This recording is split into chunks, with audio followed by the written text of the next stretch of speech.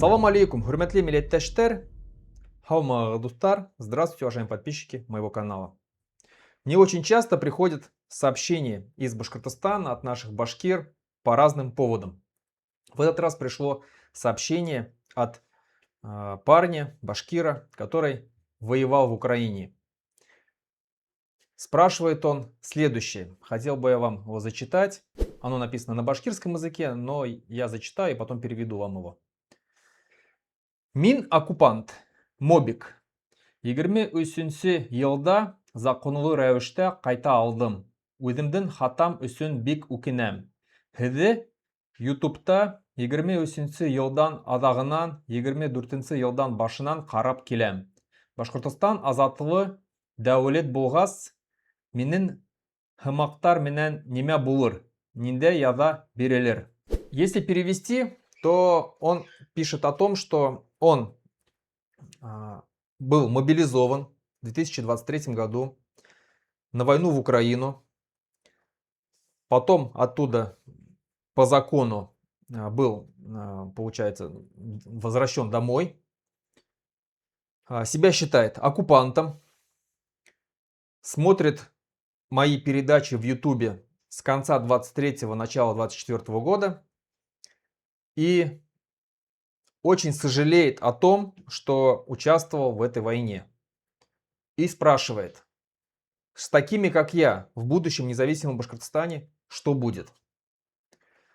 Сразу хочу сказать, что таких людей, как вот этот парень, не буду говорить его имя и фамилия, не буду говорить, с какого он района, но таких людей, парней вообще, кто отслужил, кто понимает, кто понял эту суть войны, много. На самом деле много. И очень многих волнует судьба, что будет с ними в будущем. Потому что все видят, что ситуация в России выходит из-под контроля.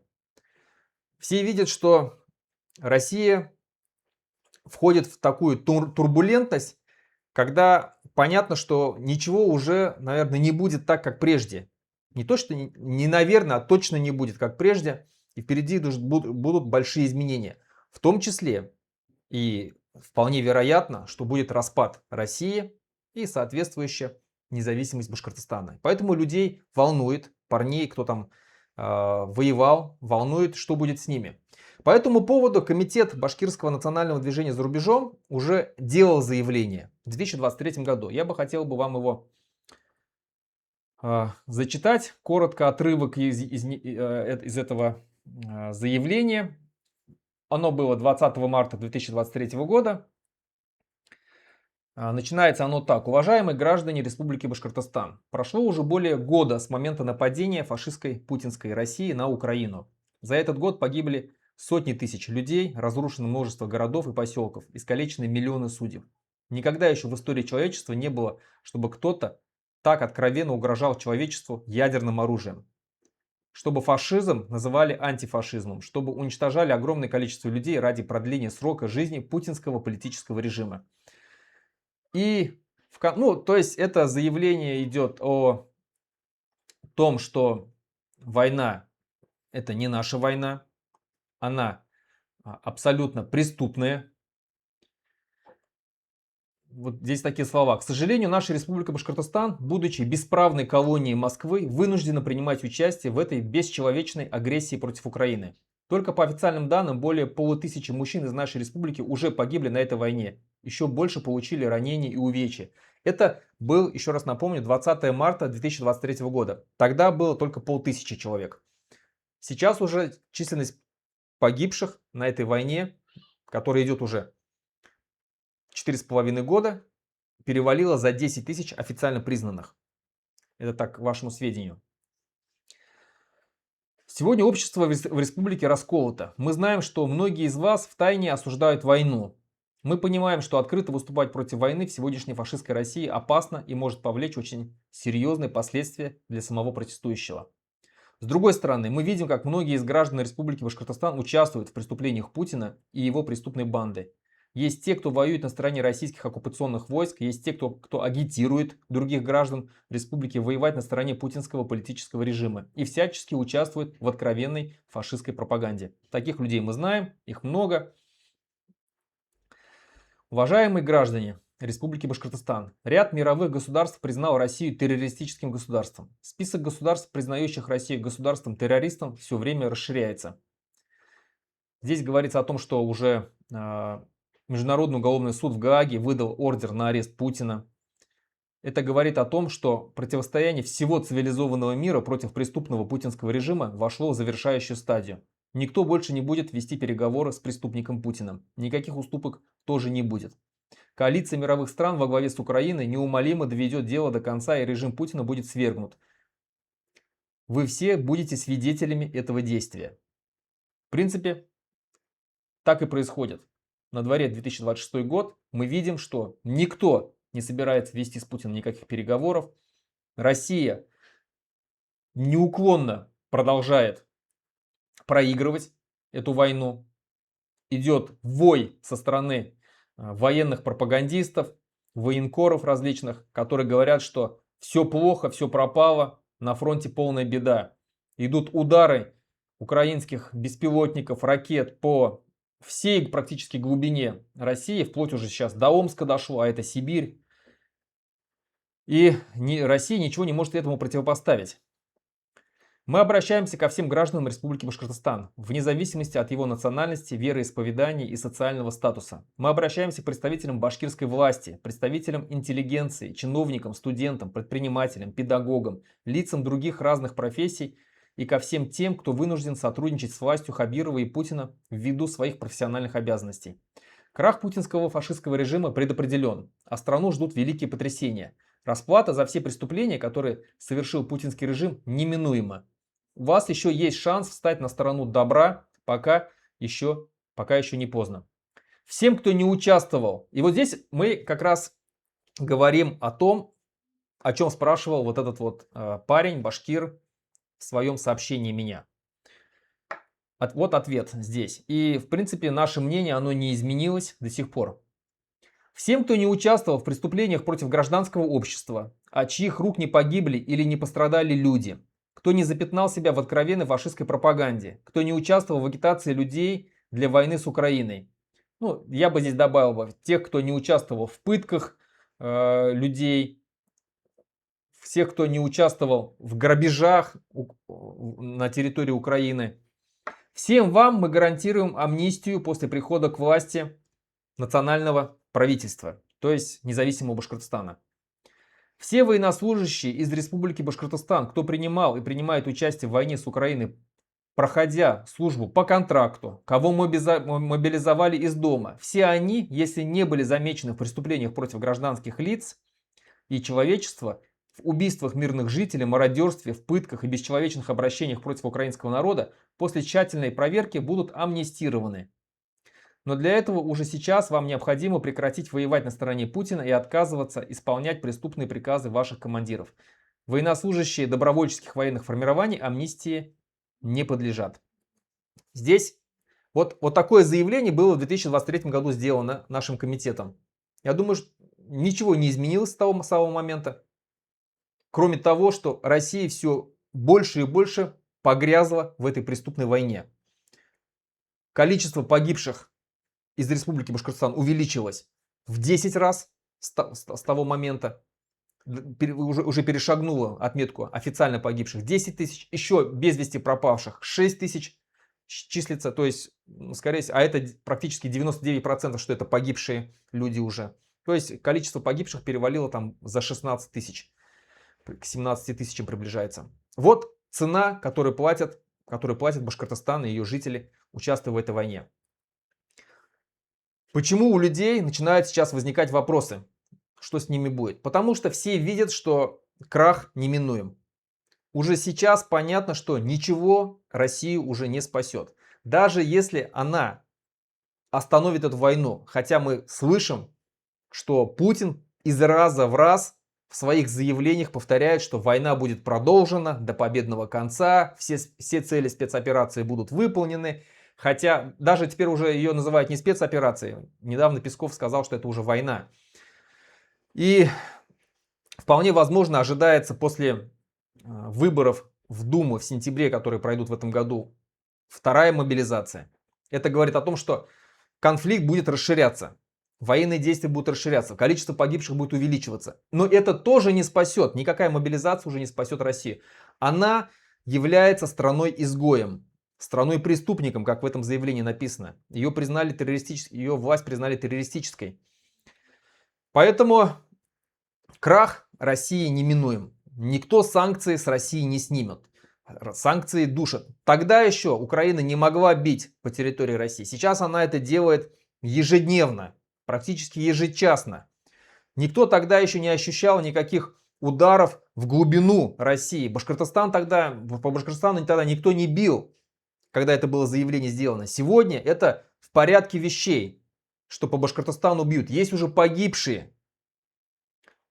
Били уже по всем практически нефтеперерабатывающим заводам в нашей республике. Не было никаких проблем с бензином, какие проблемы сейчас происходят по всей России, в том числе в Республике Башкортостан. Поэтому все прекрасно понимают, что Россия терпит крах.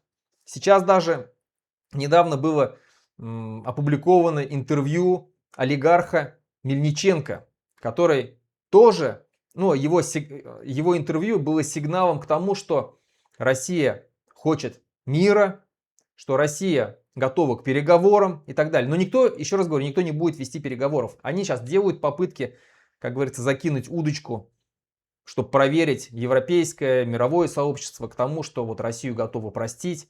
Но это не так. Никто Украину бросать не будет, Украину будут поддерживать, а Россия в этой войне неуклонно проиграет. Что случится потом? Потом случится крах режима, возможно, какой-то период какого-то смутного времени, когда различные кланы будут бороться за власть, и будет распад России. Распад России, а значит независимость Башкортостана. К власти придет национальное правительство Республики Башкортостан. И как было в заявлении в этом, мы понимаем, что многие башкиры, татары, русские, чуваши, марийцы, жители Башкортостана, которые участвовали в этой войне, которые участвуют до сих пор в этой войне, были обмануты, были насильственно мобилизованы. И, соответственно, к ним будут вопросы только в том случае, если они принимали участие в преступлениях против мирных граждан, в пытках, бесчеловечном обращении, грабежах, мародерствах и так далее. Если эти военнослужащие, которые сегодня воюют в Украине или которые воевали, перейдут на сторону башкирских сил, национальных сил, которые будут бороться за независимость Башкортостана, а скорее всего побороться, наверное, придется, потому что мы понимаем, что очень много сегодня людей, которые против независимости Башкортостана в нашей республике. Хабиров явно будет сопротивляться. Мы понимаем, что там есть различные организации, нацистские русские организации типа русской общины, различные казачьи добровольческие соединения. Все они будут пытаться захватить контроль над Республикой Башкортостан, чтобы он не получил независимость. С ними придется бороться. Так вот, те военнослужащие, которые перейдут вне зависимости от национальности, вне зависимости от вероисповеданий, перейдут на сторону башкирских национальных сил и будут бороться за независимость Башкортостана, конечно же, они, получается, искупят свою вину своим участием в борьбе за будущее Башкортостана, за его независимость. Вопросы будут только к тем, кто в самом начале войны, сейчас я уверен, что таких уже не осталось, пошли добровольцами без подписания каких-либо контрактов, без того, чтобы им там платили деньги. Просто ради идеи, будучи идейными людьми, пошли воевать на стороне путинского режима против Украины, захватывая ее землю. Ну, такого человека, допустим, я одного знаю, это Рамиль Рахматов. Вот ему не будет никакой амнистии. Только, даже и к таким, наверное, возможно, можно будет применить амнистию только тогда, когда они действительно искренне перейдут на сторону башкирского национального правительства и будут воевать или бороться, или участвовать в борьбе за независимость Башкортостана. Но Рамиль Рахматов, к нему, конечно, вопросы точно будут, потому что он еще участвовал с 2014 года, и мы знаем, что он участвовал в пытках украинцев, в подвалах там на Донбассе. Так вот, такие люди, те, которые, их немного, максимум, может быть, там человек 100 осталось в республике. Вот такие люди, к ним будут вопросы. Какие вопросы, не знаю. С этим будет разбираться суд Республики Независимого Башкортостана. И их решение уже как бы какое будет, такое будет. Я не могу гарантировать, что им там будет амнистия, что их там спасут или что их там будет наказывать. Не знаю. Ко всем остальным, как я сказал, если они раскаются, если они перейдут на сторону будущего независимого Башкортостана, то к ним вопросов не будет. Вопросы будут сняты. Поэтому, отвечая вот на вопрос, я думаю, что достаточно подробно ответил. Еще раз хочу сказать. Эта война не наша. Эта война не наша, не башкир. Мы в ней участвуем только потому, что мы колония. Если бы эта Республика Башкортостан действительно обладала всей полнотой власти на своей территории, если бы у нас была бы независимая власть от Москвы, пусть даже будучи в составе России, мы бы не участвовали в этой войне никогда. Никогда бы не отправили туда людей воевать за интересы Путина и его вот этой банды. Но мы участвуем, потому что мы колония. Нас отправляют туда как мясо. И наши башкиры, татары, русские там умирают как мясо за имперские амбиции Путина, за то, что он хочет вернуть все территории бывшего СССР под свой контроль. Это очевидно всем. Да, он до такой степени, Путин уже сошел с ума, не понимает, что говорить, когда говорит, что нам захотелось движухи. Ну, нормальный человек такого никогда не скажет, что мы начали войну, потому что нам захотелось движухи. Поэтому крах России неминуем. Ситуация будет сложная, экономически сложная ситуация будет. Уже мы все это ощущаем. Все жители Республики Башкортостан ощущают эту ситуацию. Уже вот с перебоями бензина, а это кровь экономики. Дальше пойдут цены, будет подниматься цены на все товары и услуги. Соответственно, сельхозтехника тоже будет простаивать. А сейчас самая как раз страда, когда нужно убирать урожай. Это тоже в будущем скажется на ценах на продукты. Будет, возможно, голод, перебои какие-то, карточки введут. Вот то, что добился Путин, начиная эту войну с Украиной. И мы в ней участвуем. Поэтому опыт тех, кто сегодня там воюет или воевал уже, он пригодится, когда мы будем бороться за независимость Башкортостана. Вот я хочу обратиться ко всем, к вам. Вы нужны для того, чтобы спасти Башкортостан. Спасти Башкортостан от Москвы, не от Украины, не от НАТО, не от Евросоюза и США. Никто не собирался никогда на нас нападать.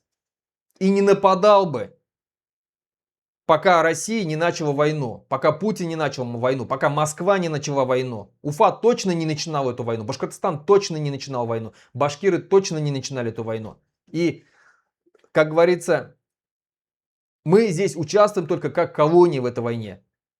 Соответственно, и наша независимость, будущее, она будет держаться в первую очередь на том, что мы против этого путинского режима. Мы отрицаем Москву, отрицаем ее имперский характер. Мы больше не будем никаких иметь дел с Москвой. Нам нужны люди, которые будут переходить уже сейчас на нашу сторону. Хотя бы в мыслях, вот как вот этот парень. Переходите на нашу сторону, отказывайтесь от этих имперских амбиций. Забудьте о том, что Москва это наша столица, а Россия это наша родина. Нет, это не наша родина и не наша столица. Наша родина Башкортостан, наша столица Уфа. И мы должны спасти нашу республику, наш народ от уничтожения, от голода, от холода в будущем, от каких-то проблем в будущем. Только сделав Башкортостан независимым государством. На этом все. Пишите мне в личку, знаете, как это сделать. Есть различные связи, и в Инстаграме можно написать, и в ТикТоке можно написать, и в Ютубе можно написать, и в Телеграме можно написать через чат-бот на моем Телеграм-канале, тот самый из Башкорт. Пишите, будем общаться. На этом все. Хау болыңыз, хурматлы милләттәшләр. Осышага тиклем.